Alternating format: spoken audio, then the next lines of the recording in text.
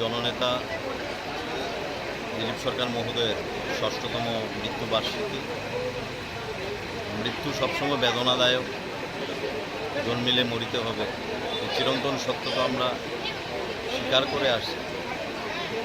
খুব অল্প সময়ে আমাদের কাছ থেকে দিলীপদা চলে গেছেন, কিন্তু তারপরেও প্রত্যেকটা মানুষের হৃদয়ে যে দিলীপদা বিচরণ করে আজকের এই অনুষ্ঠান থেকে প্রমাণিত।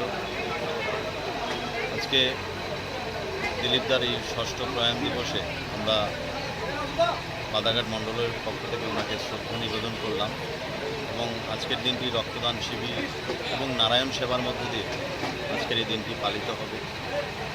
আমরা এটুকু বলতে পারি যে দিলীপদা যেভাবে বাধারঘাটকে নিজের মতো করে আপন করে নিয়েছেন, এবং আজকে আমি বলেছি যে দিলীপদা তার জীবনশৈলীকে যদি দুটো ভাগে ভাগ করা যায়, রাজনৈতিক জীবন উনি একজন ভালো পলিটিশিয়ান ছিলেন, কিন্তু আমার দৃষ্টিতে আমি মনে করি উনি একজন প্রকৃতকারের সমাজসেবক ছিলেন।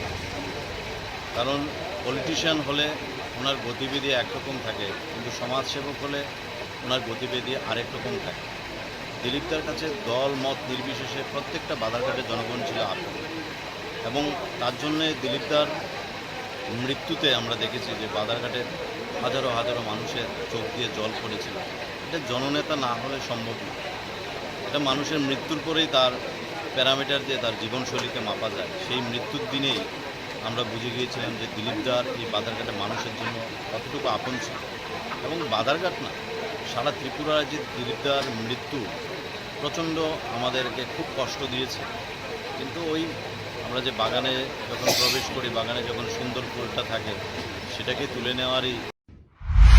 মশলা হাতে নয় চামচে তুলুন। লংতরাই গুঁড়ো মশলার প্রতিটি 250 গ্রাম প্যাকেটের সাথে 1টি চামচ ফ্রি। লংতরাই গুঁড়ো মশলা, রান্নায় তোমাকে চাই।